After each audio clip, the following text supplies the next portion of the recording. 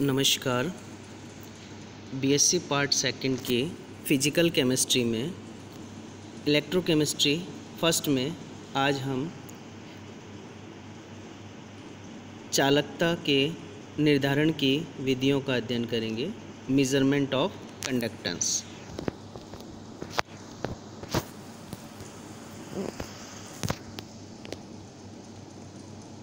चालकता का प्रायोगिक निर्धारण हम व्हीटस्टोन ब्रिज की सहायता से करते हैं। हम जानते हैं कि चालकता प्रतिरोध का व्युत्क्रम होती है, अतः हम व्हीटस्टोन ब्रिज की सहायता से किसी विलयन का प्रतिरोध निकालकर उसके व्युत्क्रम कर चालकता निर्धारित करते हैं। इस विधि में एक व्हीटस्टोन ब्रिज लेते हैं जिसमें AB एक तार होता है। इस तार पर एक जॉकी जो है X बिंदु पर खिसक सकती है, यानी एक जॉकी द्वारा इस जॉकी को हम तार AB पर खिसका सकते हैं, जिससे जीरो नल पॉइंट X हम ज्ञात करते हैं। इस तार AB को हम एक प्रत्यावर्ती धारा स्रोत से जोड़ देते हैं, यानी हम एक प्राइमरी और सेकेंडरी इंडक्शन कॉइल होती है जो कि धारा को AC धारा में परिवर्तित करती है।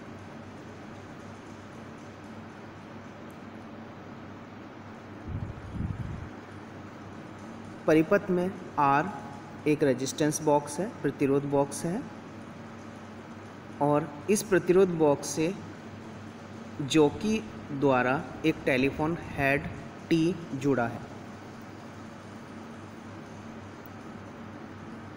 जिस विलयन की चालकता हमें ज्ञात करनी है, उस विलयन को हम एक चालकता सेल C में लेते हैं और इस चालकता सेल को हम थर्मोस्टेट में रख देते हैं। जैसे ही हम परिपथ में विद्युत धारा प्रवाहित करते हैं तो हमें टेलीफोन हेड में ध्वनि सुनाई देती है। अब हम रेजिस्टेंस बॉक्स से एक एक करके प्रतिरोध निकालते हैं और जॉकी को तार AB पर मूव करते हैं, सरकाते हैं। जिस बिंदु पर टेलीफोन हेड में ध्वनि कम सुनाई देती है, वह बिंदु हम नोट कर लेते हैं। यह बिंदु X होगा।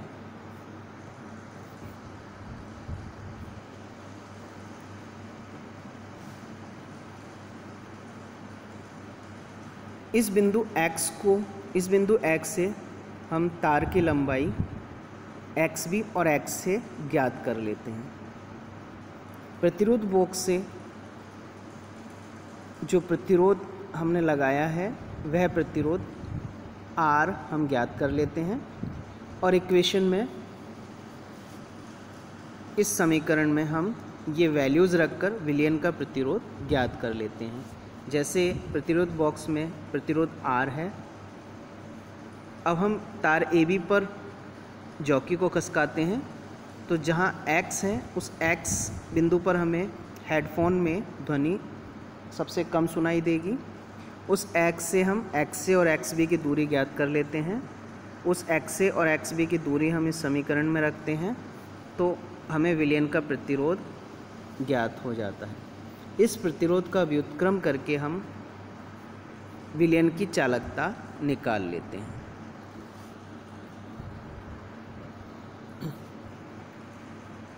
इस विधि में हम प्रत्यावर्ती धारा का उपयोग करते हैं, क्योंकि अगर हम दिष्ट धारा का उपयोग करेंगे तो विलयन में ध्रुवण होने का खतरा रहता है, यानी विलयन में ध्रुवण हो जाता है।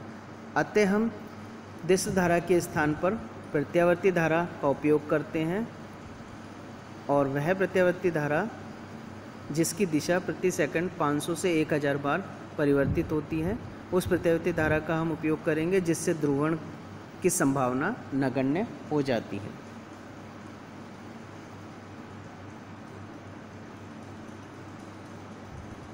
प्रत्यावर्ती धारा स्रोत के रूप में हम इंडक्शन कॉइल का उपयोग करते हैं। इन्हें इंडक्शन कॉइल से प्रत्यावर्ती धारा या एसी उत्पन्न होती है। इस विधि में हम धारा को ज्ञात करने के लिए गैल्वेनोमीटर का भी उपयोग कर सकते हैं, लेकिन गैल्वेनोमीटर अधिक संवेदनशील नहीं होते हैं।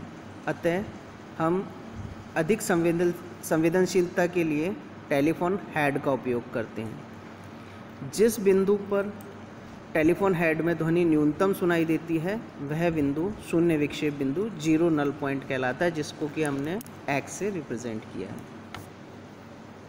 चालकता सेल में हम चालकता जल का उपयोग करते हैं।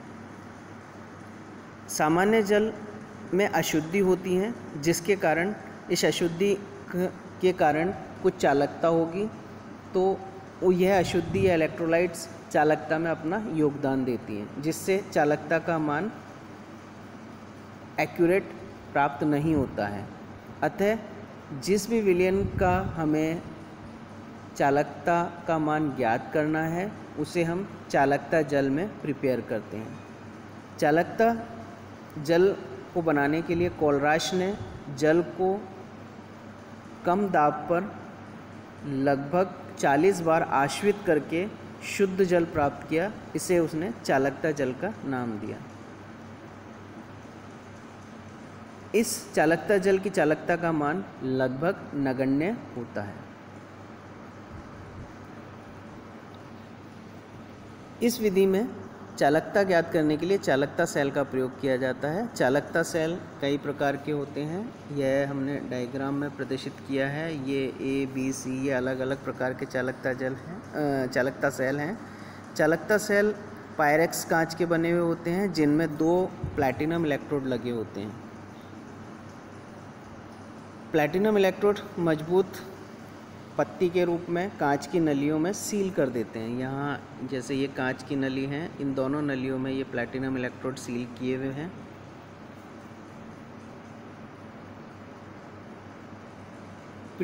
इन सेल को प्रयोग में लेने से पहले इनमें थोड़ा क्लोरोप्लैटिनिक अम्ल डालकर कुछ देर के लिए एसी धारा प्रवाहित करते हैं, जिससे प्लैटिनम की पत्ती पर या प्लेट पर प्लैटिनम के सूक्ष्म विभाजित कण की एक कोटिंग बन जाती है, जिससे प्लैटिनम इलेक्ट्रोड का क्षेत्रफल बढ़ जाता है और शार्प नल पॉइंट प्राप्त होता है। यानी शून्य विक्षेप बिंदु हमें एकदम शार्प प्राप्त होगा।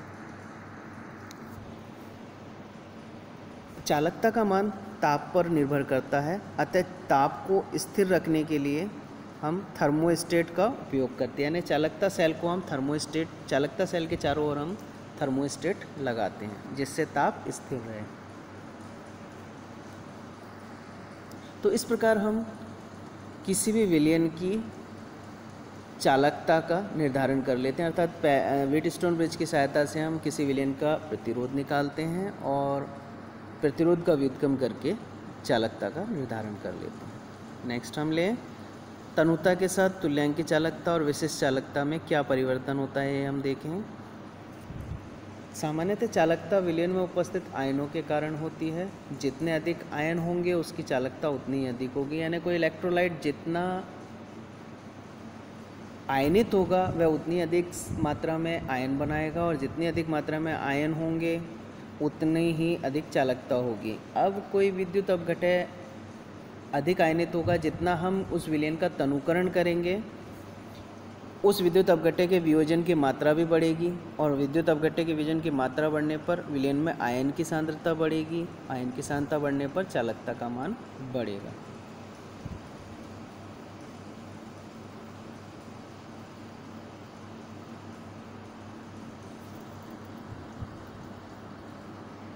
यही कारण है कि किसी विलयन की मूलर चालकता का मान तनुता बढ़ने के साथ बढ़ता है, क्योंकि तनुता बढ़ने से 1 मोल पदार्थ अधिक वियोजित होंगे, और अधिक वियोजन होने पर उनमें आयनों की संख्या बढ़ेगी। लेकिन तनुता बढ़ाने पर विलयन की विशिष्ट चालकता का मान कम होता है, क्योंकि अगर हम तनुता बढ़ाते हैं तो आयतन बढ़ेगा। आयतन बढ़ेगा तो हम ये कह सकते हैं कि इकाई आयतन में आयनों की संख्या कम होगी, इस कारण से विशिष्ट चालकता घटती है। तो हम ये कह सकते हैं कि किसी विलयन की तनुता बढ़ाने पर मोलर चालकता या तुल्यांक की चालकता तो बढ़ेगी, लेकिन विशिष्ट चालकता कम होती है। अब हम देखें, जैसे 1 सेंटीमीटर दूरी पर 2 इलेक्ट्रोड, ये 1 सेंटीमीटर की दूरी पर ये 2 इलेक्ट्रोड प्लेट रखी हैं। ये दोनों इलेक्ट्रोड प्लेट 1 सेंटीमीटर की दूरी पर रखी हैं। इनके बीच चालकता विलयन भरा है। अब यदि यानी इस चालकता विलयन का जो है वो 1 सेंटीमीटर क्यूब है। अब यदि हम इसकी तनुता बढ़ाते हैं, यानी मैं इसकी तनुता या डाइल्यूशन 9 गुना कर दूं,